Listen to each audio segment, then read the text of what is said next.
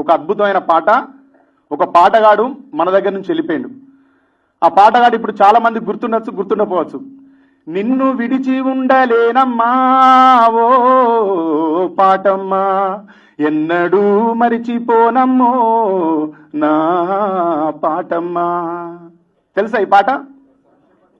దేవరకొండ భిక్షపతి అనటైనా మేము అందరం అక్క పక్కన ఉన్నా, అందరం ఉన్నాం అక్క దగ్గరనే. నేనున్నా, సాయి చంద్ ఉన్నాడు, కోదారి సీనన్న ఉన్నాడు, అభినయ సీనన్న ఉన్నాడు. అసలు తెలంగాణలో ఉన్న కవులందరం అక్క దగ్గరనే ఉన్నాం. కానీ కవితక దృష్టి ఎంత పెద్దది అంటే, ఎంత విశాలమైందంటే, మేమందరం ఇక్కడ ఉండి ఇక్కడ లేనోళ్ళు ఎవరు అని వెతికడానికి ఫోన్ చేసేది. ఫోన్ చేసి భిక్షపతన్న నీ పాట వినాలి రా అన్న, నువ్వు ఇక్కడ హైదరాబాద్కు రా అన్న, ఇది షిఫ్ట్గా అన్న అని చాలాసార్లు మాట్లాడేది ఆయనతో. కానీ ఆయన ఈడికి వచ్చి అక్క దగ్గర కూర్చొని వేదికలకు అటెండ్ అయ్యి తిరిగి మళ్ళా ఆయన మానకోటకి వెళ్ళిపోయేది. మానకోట అంటే దాశరథి గారు పుట్టిన ఆ ఊరికే వెళ్ళిపోయేది. మళ్ళా ఆయన అనుకోకుండా సిక్ అయిండు. ఆయన సిక్ అయినప్పుడు ఏ ఒక్కరు కూడా సహాయం చేయడానికి ముందుకు రాలేదు. ఏ ఒక్కరు కూడా సహాయం చేయడానికి ముందుకు రాలేదు. చాలా పెద్ద పెద్ద మాటలు మాట్లాడారు వాళ్ళ ఇంటికి వచ్చి. కానీ ఆయన సిక్ అయినప్పటి నుంచి, ఆయన సిక్ అయిందని తెలిసినప్పటి నుంచి ఆయన కట్టె కాలిపోయేంత వరదాకా ఈ కవితక్కనే అక్కయి, ఈ కవితనే కవితక్కయి ఎంబడి నిలబడి ఆ కుటుంబానికి అన్ని విధాలుగా సాయం చేసింది. ఆ సాయం చేస్తున్న ప్రతి కార్నర్లో నేనున్నా. ఎందుకంటే నాకు పెళ్లి చేసిందే దేవరకొండ భిక్షపతి, నాకు చాలా మంచి మిత్రుడు, నన్ను బావ అని పిలుస్తుండే ఆయన. ఇట్లా కవితక్క ఆయనకు ఏ విధంగానైతే సహాయం చేసిందో అట్లా తెలంగాణ సమాజంలో ఉన్న ప్రతి కవి కవితక్క దృష్టికి వచ్చిన ప్రతి కవి ఇంటికి కవితక్క సాయం వేయింది, కవితక్క సేవ వేయింది, కవితక్క ప్రేమ వేయింది, కవితక్క ఆదరణలో అన్ని కుటుంబాలు ఉన్నాయి. ఇంత మంచి అక్క ఉన్నది కాబట్టే ఈ అక్క గొప్ప గుణాన్ని చూసిన తర్వాత నేను ఒకరోజు అక్క వరంగల్లో బతుకమ్మ ఆడుతూ ఉంటే ఒక సీన్ చూసిన. విజయ్ భాస్కర్ గారు ఒక వడ్డపల్లి చెరువు దగ్గర ఒక మీటింగ్ ఏర్పాటు చేసి అక్కని తీసుకొచ్చినప్పుడు కవితక్క బతుకమ్మల చుట్టూ అందరు తిరగాలడ. దేని చుట్టూ? బతుకమ్మల చుట్టూ అందరు తిరగాలి. ఈ బతుకమ్మలు ఎత్తుకొని కవితక్క చుట్టూ తిరుగుతారు అందరు. ఆ సీను నేను చూసినాక నాకు అనిపించింది, ఎన్ని రోజులకైనా ఎప్పటికైనా ఈ దృశ్యాన్ని కవిత్వీకరించి దాన్ని అద్భుతమైన బాణి కట్టి అక్కకి ఎప్పటికైనా అంకితం ఇవ్వాలి అనుకున్నా. అట్లా అనుకున్నప్పుడు ఎన్నిసార్లు ప్రయత్నించినా నాకు ఒక 5-6 ఏళ్ళు ప్రయత్నం చేయంగా ఒక్క దగ్గర దొరికింది. కాకపోతే దాంట్లో ఉన్న మ్యాజిక్ ఏంటంటే మీరంతా బీట్ బాగుండో, వాయిస్ బాగుండో, దృశ్యం బాగుండో, సాహిత్యం వింటా ఉంటే బతుకమ్మ అనుకుని వెళ్ళిపోతూ ఉంటారు. కానీ దాంట్లో ఉన్నది బతుకమ్మతో పాటు కవితమ్మ కూడా ఉన్నది అని చాలా మంది తెలియదు. దాన్ని రాసినాను.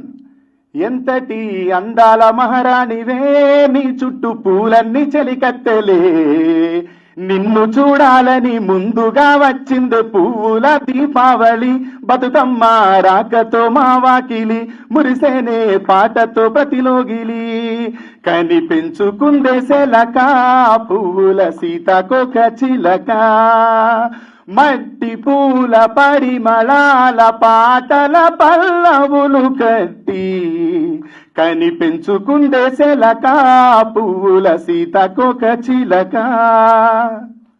ఏమన్నది దీంట్లో చెప్పండి? ఇదే పాటకున్న అద్భుతమైన మర్మం ఇదే. లేకపోతే మనల్ని ఏం చెప్పినా, ఎంతటి అందాల మహారాణివే, నీ చుట్టూ పూలన్నీ చెలికెత్తలే అని రాసిన. బతుకమ్మ చుట్టూ పూలెందుకుంటే చెలికెత్తలే? పూలన్నీ కలిస్తేనే బతుకమ్మ కదా. కవితమ్మ చుట్టే పూలన్నీ చెలికెత్తలే నిలబడ్డాయి అని చెప్పిన ఆ రోజు. నేను ఆ రోజు వడ్డపల్లిలో చూసిన దృశ్యాన్ని ఈ పాటలో కవిత్వీకరించిన. ఇది ఎందుకు చెప్తాను అంటే, నేను చాలాసార్లు చెప్పాలని నాకు ఉండేది, కానీ ప్రభుత్వంలో నాకు అప్పుడు అనిపించింది, అంటే చేసింది చెప్పుకోవాలంటే కూడా సందర్భం రావాలేమో అనిపించింది. కవితక్క మామూలుగా చేయలేదు. ఎక్కడి నుంచి అన్నా, నేను సురేష్ బొబ్బిలి అనే తమ్ముడు ఎక్కడో ఒక చిన్న దగ్గర మేము చిన్న ప్రయత్నాలు చేస్తాను అని తెలుసుకొని జనార్దన్ అని ఖమ్మంకు సంబంధించిన ఒక జర్నలిస్ట్ ద్వారా మమ్మల్ని పిలిపించి రాత్రికి రాత్రి మేము కంపోజ్ చేసి పెట్టుకున్న మా ఇద్దరి పాటలను చూసి మీకు ఏం చేయాలి సోదరా నేను ఇవే అక్క మీరు అన్న నాకు ఇంగ్లీష్ భాష సరిగా రాదు, ఆ రోజు మీరు అన్న మాట నాకు ఇంకా గుర్తున్నది. ఇది ఏం తమ్ముడు ఇంకా దీనికి ఏం చేయాలి అన్నారు. అక్క ఇది ఉత్త రఫ్ అక్క అంటే, రఫ్ కట్టే టూ మచ్ ఉన్నది తమ్ముడు, ఇంకా దీనికి ఏం చేయాలన్నది. రఫ్ కట్టే టూ మచ్ ఉన్నది, ఇంకా దీనికి ఏం చేయాలి అన్నది. చేయాల్సింది ఉందక్క అని చెప్పినాం. ఏం పాట తెలుసా అది? ఆ పాటని ఉస్మానియా యూనివర్సిటీలో 60 మంది విద్యార్థులు అరెస్ట్ అవ్వడం వల్ల వాళ్లకు బెయిల్స్ తీయడం కోసం, వాళ్ళ కుటుంబాలను ఆదుకోవడం కోసం కవితక్క అటువైపు వెచ్చించడం వల్ల ఆ పాటల్ని మేము మాకున్న ఆర్థిక పరిస్థితిని తట్టుకోలేక అక్క మేము దీన్ని వేరే వాళ్ళకి ఇస్తున్నాము అని చెప్తే ఇవ్వండి తమ్ముడు అని చెప్పింది. అది ఎవరికి ఇచ్చిన అంటే ఆ పాట V6 ఛానల్కి ఇచ్చిన. ఈరోజు V6 ఛానల్ నిలబడ్డ పాట కూడా ఈ కవితక్క పంపించిన పాటనే. ఈ కవితకి ఇచ్చిన ప్రోద్బలమే అది కూడా ఆ పాట. ఇది మీకు ఎవరికి తెలియని పాట. నేను అప్పుడు ఆ పాట వేస్తే అందరిది రెహమాన్ స్టైల్లో ఉంది, ఇది తెలంగాణ పాట ఎందుకు అవుతుంది అన్నారు. ఇది రెహమాన్ స్టైల్లో ఉంది, ఇది తెలంగాణ పాట ఎందుకు అవుతుంది అన్నారు. అన్నప్పుడు నేను అందరి దగ్గర తిరిగి విసిగిపోయిన తర్వాత టీ న్యూస్లో, అప్పుడు రాజ్ న్యూస్ ఉండే, రాజ్ న్యూస్లో ఒక సీడీ ఇచ్చొచ్చిన. ఆ సీడీ జనార్దన్ అక్కకు వినిపిస్తే పిలిపించి మాట్లాడేటప్పుడు మాకు ఇంత సపోర్ట్ చేసింది. ఆ సపోర్ట్ చేసినప్పుడు ఆ పాటను తీసుకెళ్ళి నేను ఇస్తున్నా అంటే కూడా అక్క నన్ను ఒక్క మాట అనకుండా ఇచ్చే తమ్ముడు నీకు ఉపయోగపడుతుంది కదా కానిచ్చే అని చెప్పింది. అదే పాట జనని జనని జనని జై తెలంగాణ, నీ వంటి తల్లి లేదే జగతిలోనా, కంటి పాపల్లోన మా ఇంటి పీసి, నీ ఒంటి మీద పొంగే నవధాన్య రాసి, దీనన దీనన దీనన దీనన దీనన దీనన దీనన. విన్నారా ఈ పాట? V6 ఛానల్ ఉదయం నిద్రలేస్తే వాళ్ళు నిద్రపోయినా పోకపోయినా ఆ ఛానల్లో ఈ పాట తిరుగుతూనే ఉండేది. ఆ ఛానల్ నిలబడ్డది ఈ పాటతోనే. ఆ పాటకు బీజం వేసింది, దాన్ని నిలబెట్టింది కవితక్కనే. అక్కడ మేము ఆ పాట వేసుకుంటూ తిరిగినప్పుడు ఇది మన పాట కాదు అని అన్న వాళ్ళందరూ దాని తర్వాత బతుకమ్మ గురించే పాటలు రాసుకుంటూ వచ్చారు. బతుకమ్మ పాట రాయని ఛానల్ లేదు, కవి లేడు, గాయకుడు లేడు. తెలంగాణ అంతా బిజీ అయిపోయింది నిజంగానే. అది ఇక్కడి నుంచి ఎక్కడి దాకా పోయింది అంటే ప్రపంచ నలుమూలలో పోయింది. పోయినప్పుడు రాసిన మళ్ళా పాట రాసిన, తెలంగాణలో పుట్టి పూల పల్లకి ఎక్కి లోకమంతా తిరిగేవటే. ఎక్కడుండే బతుకమ్మ? ఇక్కడ గుర్తు పెట్టుకోండి అన్న, కాంగ్రెస్ ప్రభుత్వం ఉన్నా, అప్పుడు పరిపాలించినటువంటి టీడీపీ ప్రభుత్వం ఉన్నా, ఏ ప్రభుత్వం ఉన్నా తెలంగాణలో బతుకమ్మ అనేదాన్ని ఏ రోజు గౌరవించలేదు. మీ అందరికీ ఇది నిజం అనడానికి కూడా నేను ఉదాహరణ చెప్తా. ఎప్పుడైనా దసరాకి ఎన్ని రోజులు సెలవులు వచ్చేది మనకి? నువ్వు ఇప్పుడు చెప్తాను భయ్యా, దసరాకి ఎన్ని రోజులు వచ్చేది మనకి? 3-4 రోజుల కంటే ఎక్కువ ఉండపోయేది. కానీ 3 రోజులా పెంట రాజేష్ అన్న? 3 రోజులు చెప్తాను, నిజమే కదా 3 రోజులు. కానీ మన గవర్నమెంట్ వచ్చినాక అంటే మన పండుగని, మన విశ్వాసాల్ని, మన నమ్మకాల్ని, మన సాంప్రదాయాల్ని, మన సంస్కృతిని ఎవరు గౌరవించలేదు. మనం వచ్చిన తర్వాతనే గౌరవించుకున్నాం. ఈ అక్క వచ్చిన తర్వాత చాలా మంది బతుకమ్మ దగ్గరికి వచ్చేసరికి వివిధ రకాల బతుకమ్మలు తయారైపోయినాయి. ఆ బతుకమ్మలు ఎటేటు అందరం కవితకి ఏం చేసింది? దొరల కుటుంబం నుంచి వచ్చింది అని అన్నారు. దొరల కుటుంబం నుంచి వస్తే కవితక్క ఒక్కమనే బతుకమ్మ ఆడుకోలే కదా. ఏం చేసింది? కులాలని, అంటరానితనాన్ని, వర్గ భేదాల్ని అన్నింటినీ చెరిపేసి, అన్నింటినీ తుడిపేసి, రండి అందరం కలిసి ఆడుకుందాం, ఇది అందరి పండుగ, ఇది ప్రకృతి పండుగ, ఇది రైతుల పండుగ, ఇది మన ఆత్మ పండుగ, మనం దూరంగా ఉండడం ఏంది అని కవితక్క అందరినీ ఒక్క దగ్గరికి చేర్చి బతుకమ్మ 10 మంది ఆడుకునే దగ్గర నుంచి 10,000 మంది ఆడుకునే దగ్గరికి, 10,000 మంది నుంచి 1,00,000 మంది ఆడుకునే దగ్గరికి, 1,00,000 దగ్గర నుంచి 1,00,00,000 మంది ఆడుకునే కాడికి తీసుకొచ్చింది. ఎంత గొప్ప విషయం! ఒక్కతే బిడ్డ కదా, అక్క ఒక్కతే కదా, గీమ ఒక్కతే కదా చేసింది ఇంత కృషి. బతుకమ్మని ఎవరైనా పట్టించుకున్నారా? ఏ మంత్రి అన్నా పట్టించుకున్నారా? స్త్రీ మంత్రి, మహిళా మంత్రులు లేకుండా మనకు ఎవరైనా పట్టించుకున్నారా? ఎవరైనా గుర్తించిందా?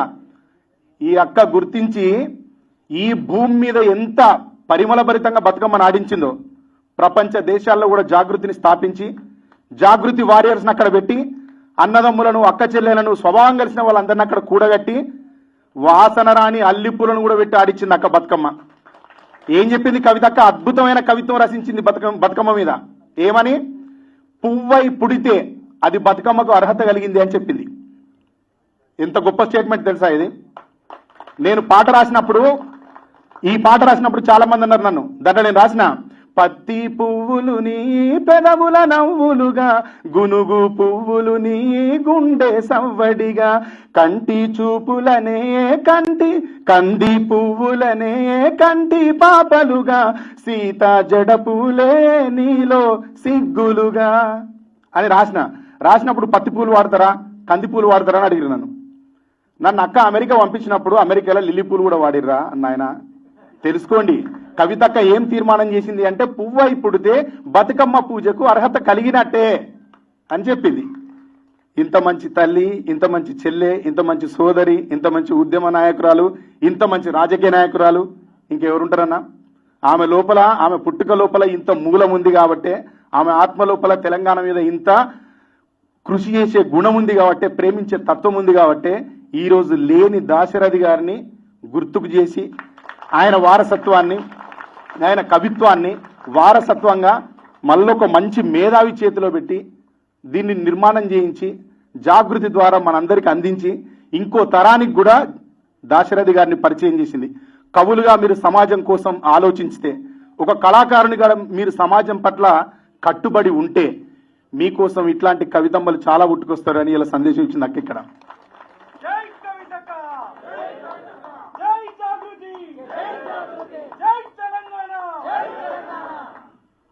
లాస్ట్గా మీకు ఒక మాట చెప్తాను నేను.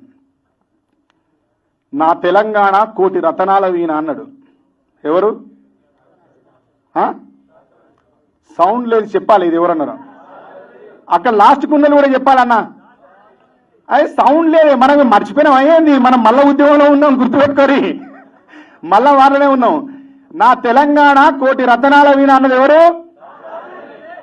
రతనాల వీణ మీద రక్తములుకుతున్నది, ఈ రాజ్యహింసను చూడగా రక్తమంతా మరుగుతున్నది, తెచ్చిన తెలంగాణ తెర్లైతున్నది, కాంగ్రెసు పరిపాలన తల్లిని తాకట్టు పెడుతున్నది. పెడుతుందా? హెచ్సియూలో జరిగిన దాడిని చూసిన తర్వాత బాధ అనిపించి వీడికి వస్తా ఉంటే, అంత గొప్ప కవి సభకు పోతాను. ఈ సభలో నేనేం పెద్దగా మాట్లాడగలిగేంత శక్తి ఉన్నవాడిని కాదు, ఈ సభలో ఏం చేయగలిగినంత గొప్పని కాదు, కానీ అంత గొప్ప కవి సభకు పోయినప్పుడు ఆయన ఈ తెలంగాణ ఎట్లుండాలని ఆశించిండు, ప్రస్తుత తెలంగాణ ఎట్లున్నది అని దారిలో వస్తా ఉంటే ఆలోచిస్తే నాకు హెచ్సియూలో జరిగిన సంఘటన, ఈరోజు జింకను కుక్కలు కొరికినాయి. వినడానికి ఇది చాలా చిన్నగా ఉండొచ్చు కానీ చాలా పెద్ద విషయం. హైదరాబాద్లో జింకలు ఉంటాయని ఎవరన్నా అనుకున్నారా? 100 జింకలు, నెమళ్ళు, కుందేళ్లు. ఎంత బాధ అనిపించింది అంటే, మనుషుల్ని కొంత చెరబట్టినా పర్వాలేదు కానీ మూగ జీవుల్ని కూడా కాంగ్రెస్ పరిపాలన చెరబడుతుంది.